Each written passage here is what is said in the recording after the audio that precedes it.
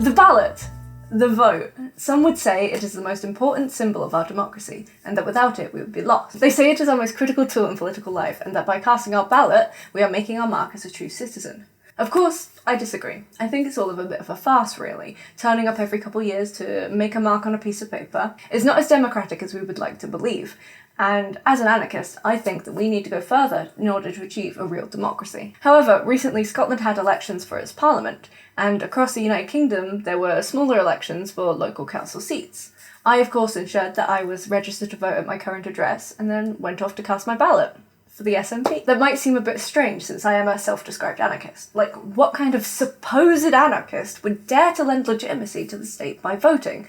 'Tis simply absurd. There is a kind of intuition to this perspective, and it's one that quite a few anarchists seem to hold. Though I really disagree with looking at it like that, and I wish to break down this idea that a true anarchist, trademark, would never and should never vote. So why do some anarchists hold this view?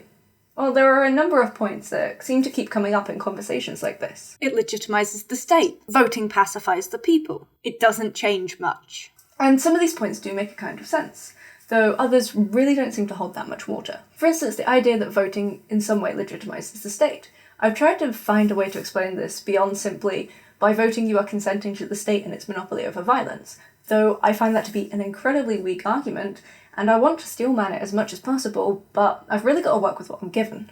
The other points, however, are much stronger, such as the argument that voting in the electoral system pacifies the people. That is mostly true. The majority of people will do very little outside of voting, as voting is considered one of the most important political actions one can make. Especially general elections, which seem to be the only thing that people are willing to put their time and energy into. And even then, most people won't even do any campaigning. They'll simply turn up to vote. As for the idea that it doesn't really change much, well, yeah. Electoral politics are a very slow process, and there are very few differences between the options available. And there are certainly no parties campaigning for the abolition of the state and private ownership, so you definitely won't be finding any liberation there. There is another argument that I found when I was researching for this video that I actually really agree with, but seems to be kind of irrelevant to the actual discussion of voting. A lot of the texts I read criticised voting as an extension of criticising party politics. They point out that when anarchists and communists form parties and stand candidates, the revolutionary spirit can get stamped down and replaced by reformism and compromise, which is a fair assessment and why I personally care very little for party politics. Despite the fact that my current university degree is in politics, I have absolutely no desire to work in any form of government or parliament, and if I ever come up to you and say, "Hey, I'm gonna join this party," run? That is not me, that is my evil clone, run. However, one need not form a party or stand as a candidate in order to find value in voting, and as such, I won't be discussing this specific point any further. Right, so what's my deal then? Well, I should probably start by refuting the point with which I have the largest issue. I find the idea that by casting a vote you are somehow legitimizing the state to be, quite frankly, ridiculous. The state legitimizes itself and will assert its power over the population whether or not an individual votes. A large proportion of the population already does not vote for whatever reason, and the laws of the land still apply to them. And the state is more than happy to enforce those laws as they would for any voter. The idea that the electoral system provides legitimacy to the state is more symbolic than anything. The state existed before anyone had the right to vote and persisted even when only a small minority had that privilege. We can see this by simply looking back at the history of feudalism, or by considering how when Parliament in the UK was first formed, only the landowning men of the aristocracy could vote. By casting your vote, you are not giving your consent to the state. The state does not want nor care for your consent. You are simply using a tool that the state has allowed you access to. That's it. Everything that can be said about the suffrage may be summed up in a sentence. To vote is to give up your own power. To elect a master, or many, for a long or short time, is to resign one's liberty. Instead of entrusting the defence of your interests to others, see to the matter by yourselves. Instead of trying to choose advisers that will guide you in future actions, do the thing yourselves, and do it now. Don't vote. This framing is ridiculous. Casting a vote doesn't mean you can't do any other political action, and doesn't mean you owe those you elected any kind of loyalty. You can cast a ballot with one hand and tear down the state with the other. If anything, by being afforded the vote, you're being given the opportunity to select a more lenient and easier to defeat enemy. Power isn't a tangible thing that you are handing over when you vote. The state already has and will use power regardless of if you vote or not. Does voting/electoral politics grant legitimacy to the state? In my view, this is quite a lacking argument, although it is extremely popular among anarchists, and probably the majority view. For the time being at least, the state exists, whether one votes or not.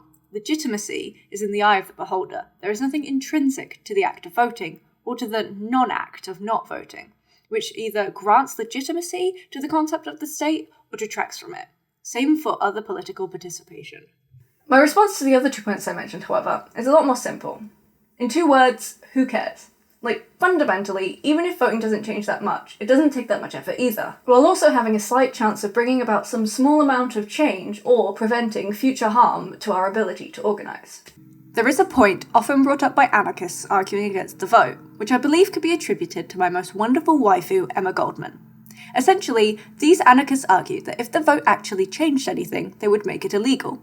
However, I would argue that we can see that voting does have at least some degree of power, otherwise why would those in government seek to make it more difficult? If we look at the prevalence of gerrymandering, the pushing of voter ID laws, and the hesitancy of states to establish fairer electoral systems like the alternative vote, it becomes evident that those in power recognise the potential in voting. There are many laws that are detrimental that might not have come about if not for a different electoral result.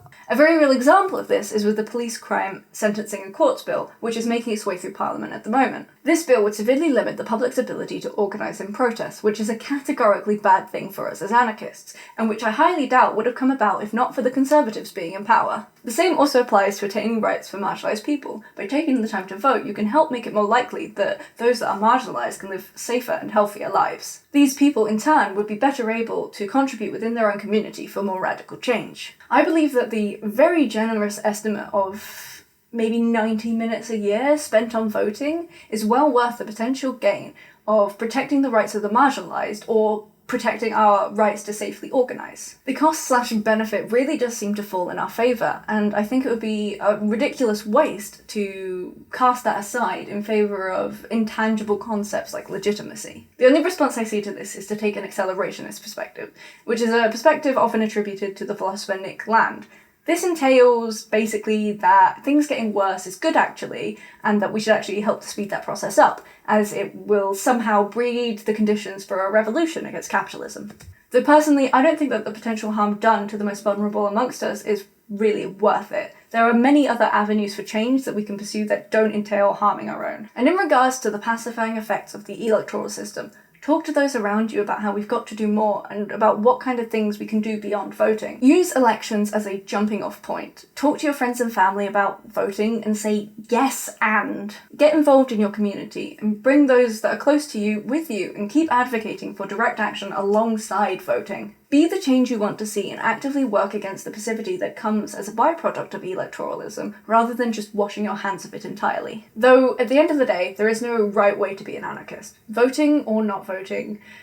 No, there is a right way to be an anarchist, it's called not being an ANCAP. Though, at the end of the day, there is no one way to be an anarchist. Voting or not voting, neither of these goes against what it means to be an anarchist, which is to fight against the state and the private ownership of the means of production. While I personally will be using the tool that is my vote in pursuit of these ends, alongside other means, I understand that not everyone feels comfortable doing so, even if I disagree with their reasoning. I cannot, nor do I wish to, make anyone vote if it is not their will to do so. I simply encourage anti-voting anarchists to at least consider some of the points I've mentioned here. Regardless of what you do, thank you for taking the time to watch this video. And I apologise for the delay between this video and my last. I had a lot of stuff come up, essays, moving flats, some activism stuff. That's why this video isn't about Max Stirner like I had originally intended it to be. I haven't even started on the reading for that yet, but fingers crossed for next time. Anyway, thanks again for watching, and if you feel like it, maybe you could drop a like, maybe subscribe, but no pressure obviously. Thank you again, and hopefully I'll see you next time.